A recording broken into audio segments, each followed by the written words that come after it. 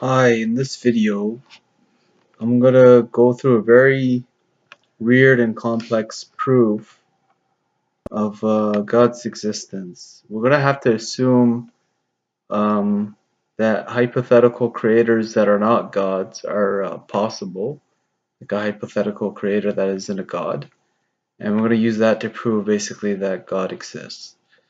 So we're gonna assume it's possible that a hypothetical creates morality out of nothing.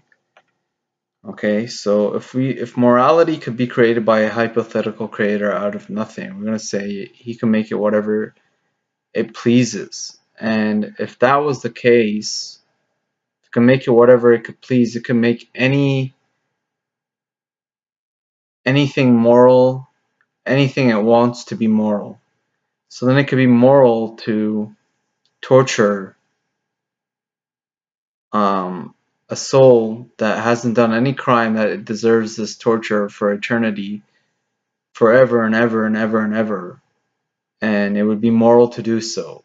And then the next argument is that in no possible world is this actually possible, that it is moral to torture a soul for infinity without no crime that it has done. So then morality is not arbitrary. It can't be arbitrary. If it can't be arbitrary, then a hypothetical creator cannot create it out of nothing. Now, if a this hypothetical creator could create everything. It could create everything that evolution can create. So if it can't create morality, but it could create evolution, that means evolution can't create morality either. And this proves morality is eternal, but morality requires perception. And since it requires perception, um, that proves that morality is always perceived. And all levels of morality have to be perceived, and the absolute level, which is God himself, is then perceived, because it can't be arbitrary at all, and he has to be the absolute source. So that proves basically that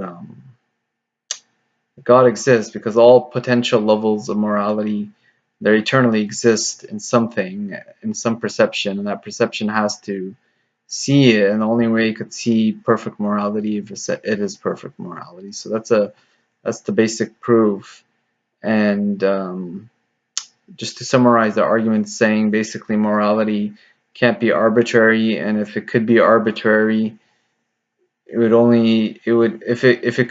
it wasn't eternal, if it didn't always exist, it could be anything, because a hypothetical creator, some possible world, could make it whatever it wants, but we know that's not the case. So then it's not arbitrary, and it's eternal basically. And yeah, that's basically my proof by contradiction that God exists.